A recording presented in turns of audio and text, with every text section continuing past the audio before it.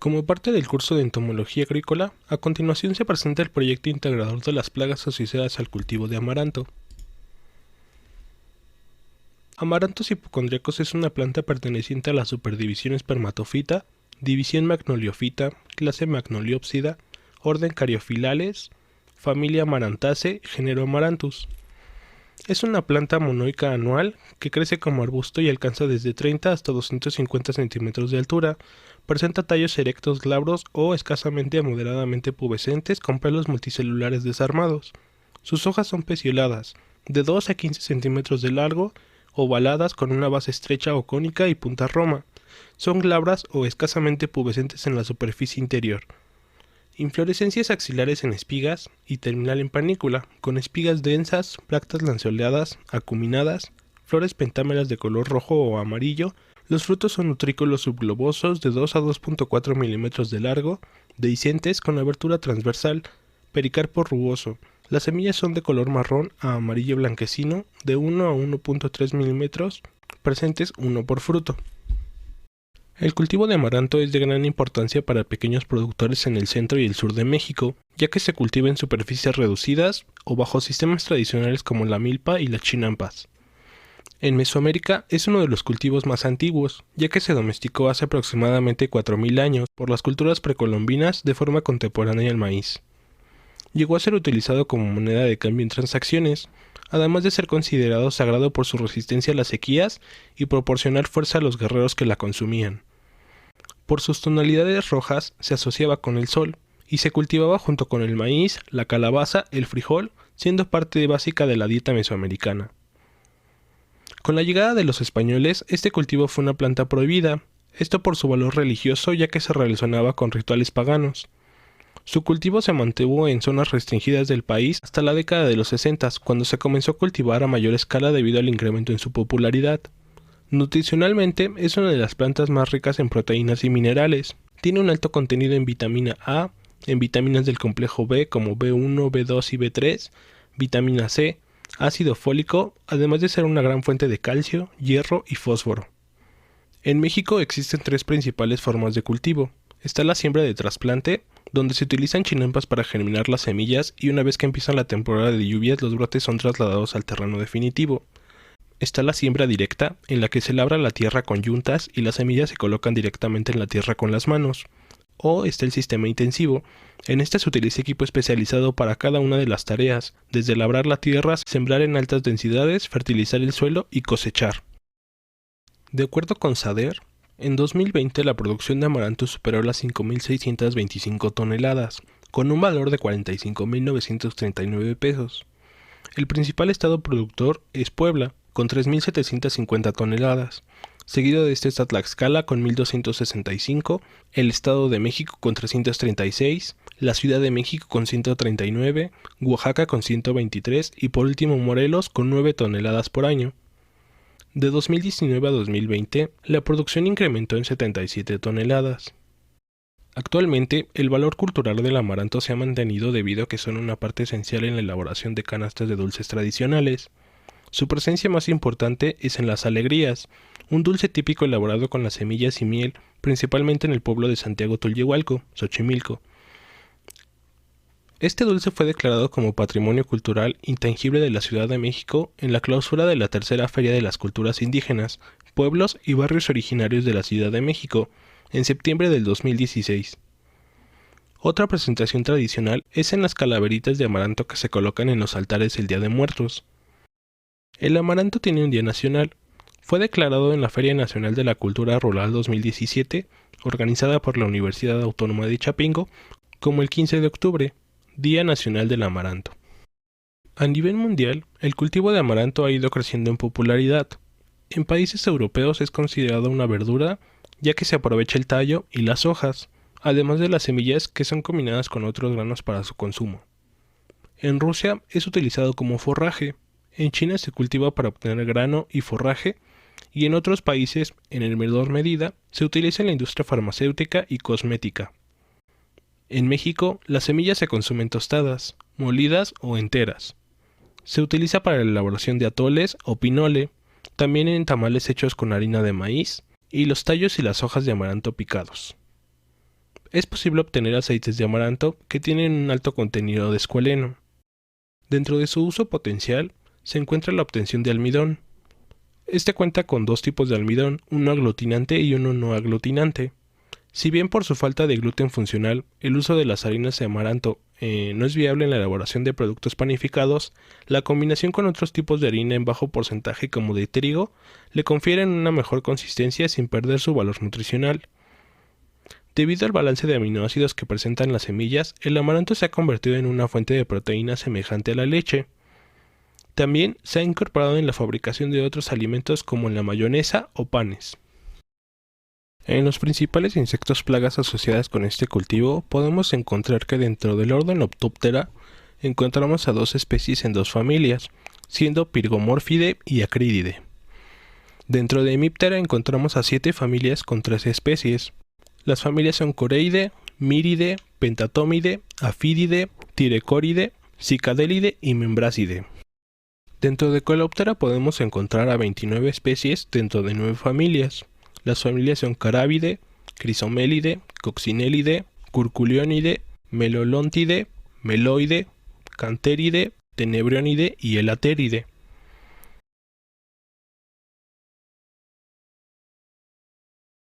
Dentro del orden Hemiptera podemos encontrar a 3 especies dentro de 3 familias, siendo Formicidae, Braconidae e Ichneumonidae. Dentro de Dermaptera podemos encontrar a una especie de la familia Forficulidae, al igual que dentro de Diptera, que encontramos a una especie dentro de la familia Agromycidae. Dentro de Lepidoptera podemos encontrar a 14 especies dentro de 4 familias, siendo las familias Noctuidae, Hesperidae, Arctidae y Pyralidae. El orden más diverso que encontramos es Coleoptera, con 29 especies reportadas. Seguido de este está Lepidoptera con 14 especies, y en tercer lugar Hemiptera con 3 especies reportadas. De acuerdo a la distribución, las especies de Lepidoptera han sido reportadas en más lugares dentro de México. La primera especie de la que se va a hablar a profundidad es Hipolixus truncatulus. Este es el picudo del amaranto, un insecto monófago asociado con esta planta y que presenta una amplia distribución a nivel mundial. Pertenece al orden Coleoptera, familia Curculionidae, subfamilia Nixine. La forma de identificar a este organismo es a través de las larvas, ya que estas son robustas, curvas, sin patas y de un color blanquecino. Los adultos son organismos de color gris con antenas acotadas, élitros marrones y que no miden más de 14 milímetros. Los síntomas de la planta son la presencia de galerías en el tallo, agallas en la parte más basal de la planta y debilidad en los tallos. Esto es causado por los túneles en zigzag que forma el insecto y que puede causar la ruptura del tallo. Estos túneles generalmente están llenos de excretas de los organismos. Cuando las plantas son afectadas en una etapa más juvenil, generalmente se marchitan y mueren a una edad temprana. Esto también puede ser utilizado como indicador de su presencia en un cultivo. El ciclo de vida. Los adultos forman galerías en los tallos y las ramas para depositar las larvas, que después son cubiertas por una secreción verde. Las hembras pueden poner de 30 a 34 huevos y estos huevos eclosionan dentro del tallo después de un periodo de incubación de 4 a 10 días. Las larvas se alimentan de la médula formando túneles en zigzag. Esta etapa dura entre 12 y 34 días dependiendo de condiciones climáticas y esto es previo a la etapa de pupación. Cuando las larvas llegan a esta etapa, forman agallas en las ramas más bajas o en la parte basal del tallo principal. Aquí es donde permanecen hasta que emergen 2 o 3 semanas después como un adulto. Estos adultos pueden permanecer en la planta alimentándose de las hojas o de las inflorescencias. La propagación puede ser a través de los restos de tallos cosechados previamente o en los tocones que aún están plantados. Además, pueden propagarse por el vuelo de los adultos. Dentro de los principales daños que causan y su importancia, encontramos que la prevalencia de los cultivos de amaranto puede llegar al 100%. Dependiendo de la densidad de las poblaciones, su presencia puede causar la muerte de las plantas. Sin embargo, en México se ha reportado que el porcentaje de tallos barrenados y el número de larvas encontradas por planta puede no tener una relación con la productividad de amaranto y el rendimiento del grano. Sin embargo, en países como la India es una de las principales plagas que puede causar pérdidas totales del cultivo, por lo que su impacto depende de otros factores asociados quizá a la región del cultivo. Dentro de los métodos que se utilizan para monitorear estos organismos, podemos encontrar que el monitoreo se realiza a través del conteo de galerías por tallo. En un cultivo se seleccionan de forma aleatoria plantas que tengan mínimo una separación entre 8 a 15 metros entre ellas.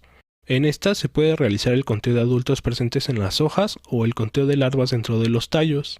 También es posible realizar el monitoreo una vez cosechadas las plantas, contando las galerías después de la cosecha. Dentro de los métodos de control de esta plaga, encontramos primero el control cultural.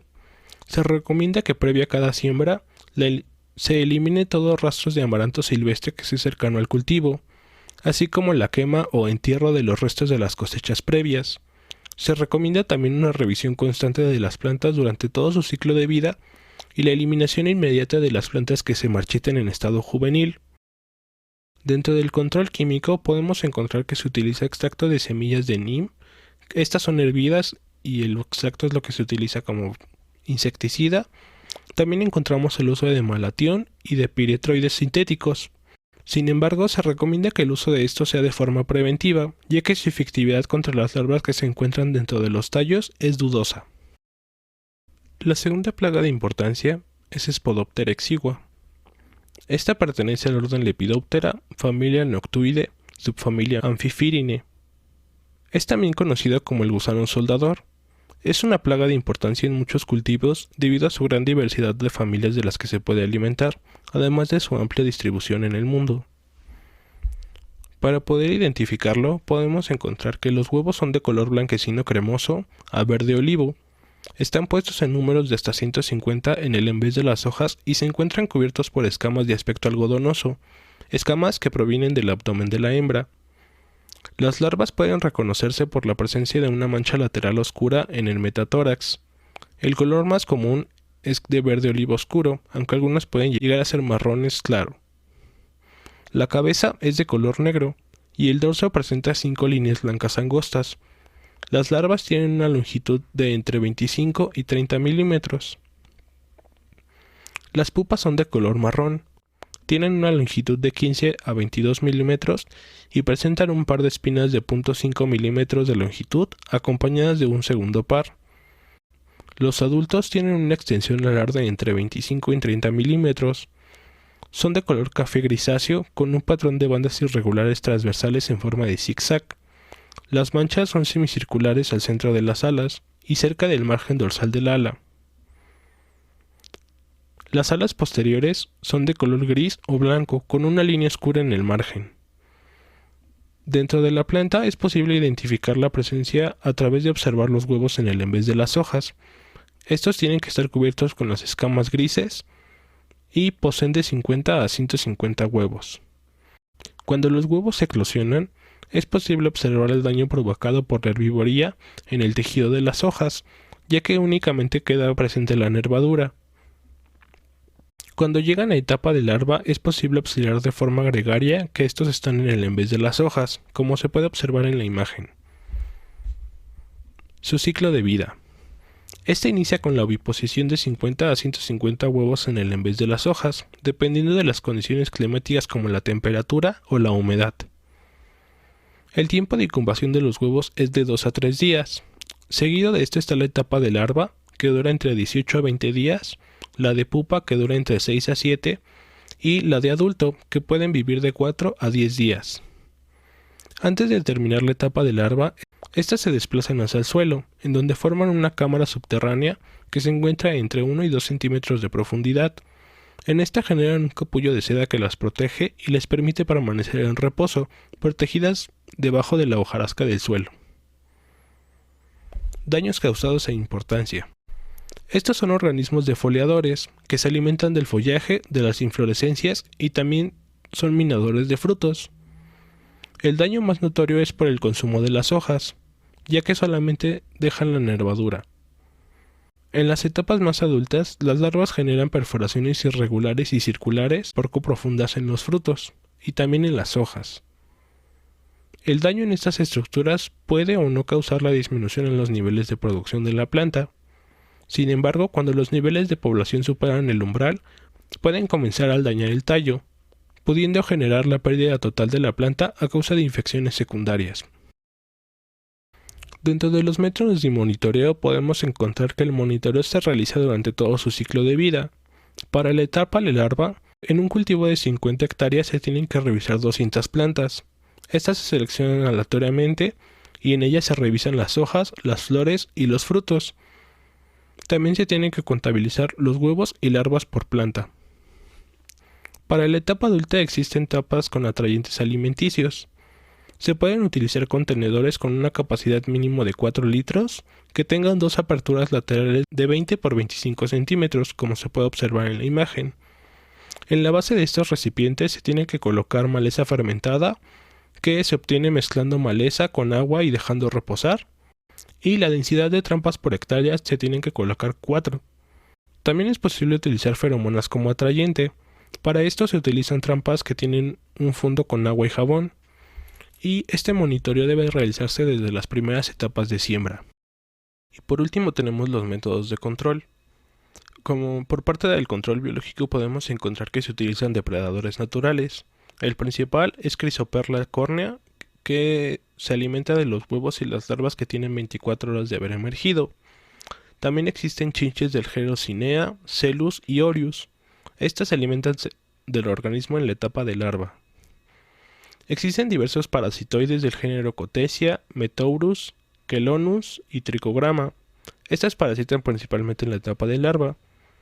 También es posible encontrar virus que se comercializan, como el virus de la poliedrosis nuclear. Como parte del control etológico podemos encontrar el uso de feromonas para interrumpir el apareamiento o para inhibir o eliminar la reproducción. Por parte del control a través de trampas es necesario incrementar la densidad de las trampas por hectárea, siendo 20 para las trampas con atrayente de maleza y de 10 a 15 las que utilizan feromonas. Existen algunos insecticidas químicos, sin embargo ninguno de estos está autorizado para el cultivo de amaranto. Esto sería todo de mi parte. Agradezco su atención.